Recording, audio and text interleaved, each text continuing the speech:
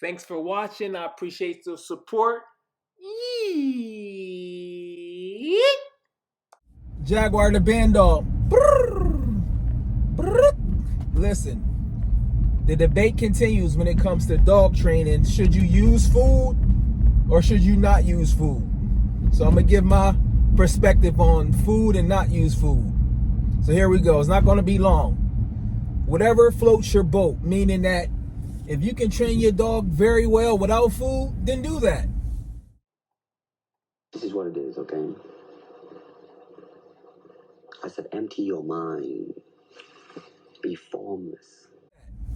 But if you use food, then use that. Me personally, when I'm teaching a new behavior, I use food. But eventually I start to fade it out. So say for instance, if I'm teaching to sit, every time he sit, I might reward him. And I use my marker word, which my continuous marker word is nice. Then I do it. And then it might get to the point where he starts to get the hang of it. And then I start the process of fading in and out, where I start rewarding him every 5 times he sits.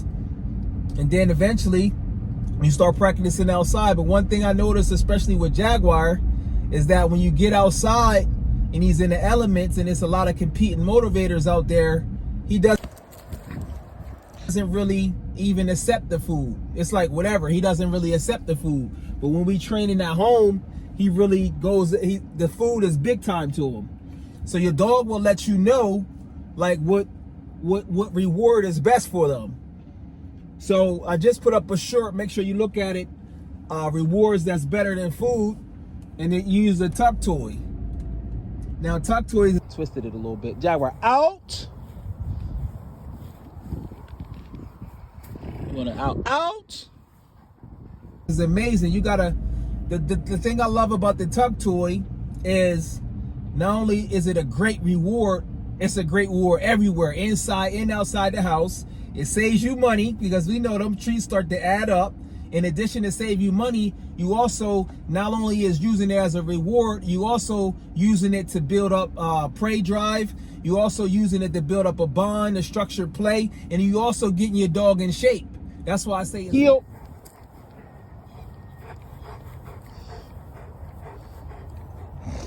Down. Play with your dog. Teach him recall, leave it out, and just work from there. It's not a rush. We're on the road to 1,000 subscribers, and then I'm gonna free him up. Free. Play tug with him. It's better than a food reward, because food rewards, unless you throwing them and spinning them, but you just feed them and that's it. You're not really. The bond is there, but it's not as strong as play, because dogs are, you know, they like little kids. They like to play too. So that's what builds up your bond and your relationship with your dog. It's not just about food. So me personally, I use food, but I start to fade it out. And I love the tuck toy, and then a little ball. And then also a great reward also too, of course, you know, is praise. Good boy, or you got a girl, good girl, and petting your dog. But some dogs don't really like to be petted too much. Jaguar don't really, petting to him ain't really a big deal. I pet him every now and then. He be looking at me, but praise in that one. So you can use all the combinations. So instead of being stuck and attached to one thing, try different things. If you use food and it doesn't work, because I'm telling y'all, there's dogs out there that's not food motivated. So if you stuck on food and you get a dog that's not food motivated, you're gonna be stuck. You're not gonna be able to train your dog because you're so stuck on using food. You get what I mean? So that's where that's why I say use what's best for the dog and be versatile with your trainers, because you use that versatility, it comes in handy. But most dogs is gonna like something. They like to be rewarded somehow, and as a trainer or as the handler of your dog, you need to know what that dog really likes to really be compensated how. You know what I mean? Some dogs love to be petted. You know how much money that save you? And all you gotta do, some dogs super love praise. And you'll find out they love praise so much they start getting this like an addict. So you use that one, you can just praise them. Like one of my clients' dogs, I was just training them, he loved praise so much he started shaking. So I was like, you don't even need no treats at all. You don't need no toy, you just need your voice. So that's the amazing combination about dog training. You can be versatile, but I highly recommend it. Don't get attached to one way. And just because you don't use treats, you can't be like, oh man, I would never do that. I don't get no juice, this and this one. And nothing is wrong with treats, bro. It doesn't make your dog weak. But one thing that you want to also make sure you don't do is reward. A lot of times people be trying to teach their dogs to not be reactive, and they reward them when they're actually being reactive, and they try to redirect them. So timing is everything. Timing is everything. Like if they see a dog and they get all aroused, and they just stop them and feed them, but they didn't pass the test.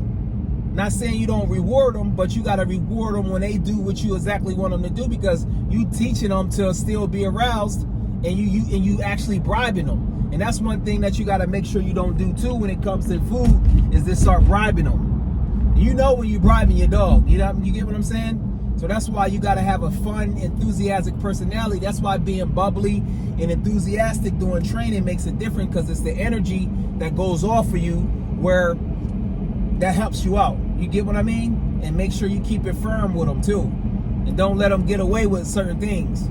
Now, you don't want to be a tyrant, but at the same time, you can't let them get away with stuff, because you'll start to teach them, just like humans. If you're a teacher and you got certain rules in the classroom, if you don't got the structure down, your kids is just going to take advantage of you. So yeah, that's my thing on food versus other rewards. I use food, praise, pets a little bit, not as much, because like I said, that's not really big to him.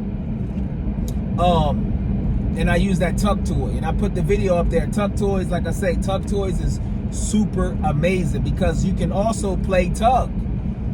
You know what I mean? You can just play tug. That's why it's the most versatile, because you can just play tug with them. And that right there, the great thing about tug is you playing with them. That's building your bond up. Not only that, that's the process of you teaching your dog an out command, especially as a working dog. You want your dog to know that out command. That's very, very important, because if you look on videos now, a lot of the dogs, they don't got an out command, and they gotta choke them off each time when they go to bite. You know what I mean? So I was practicing the bite command there. He get a little possessive sometimes. I gotta tell him, over and there, but we're gonna work on that so his out command be even better. But yeah, that's my thing. And don't forget, we on the road to 1,000. This is Jalik, Jaguar the Bando. I appreciate your support. Shout out to the people worldwide. This goes for anybody, even if you don't got a working dog or just a pet dog. The power of versatility. Don't get attached to your way. You know what I mean? That's how people are. They so attached to their way. Like, my way is better because I use treats and my dog is one of this. Some people don't gotta use treats. Every dog don't like treats. Every dog is unique. But I'm in favor of treats, especially at the beginning, but I'm not into no bribing. Because at the end of the day, you got to do the command just because I said it, not just because I have a treats. And thanks for your support. Don't forget to share and subscribe. Good boy.